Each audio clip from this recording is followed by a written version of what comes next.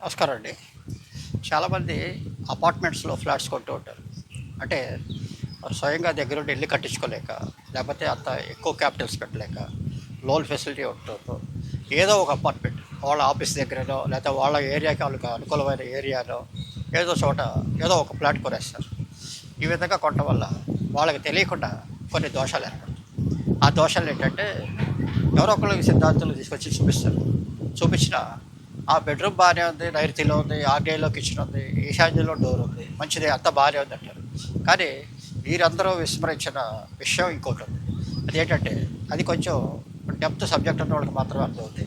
అంటే మనకనే కాదు, వాస్తు కొంచెం డీప్గా స్టడీ చేసిన వాళ్ళందరికీ కూడా ఈ విషయం తెలుసు.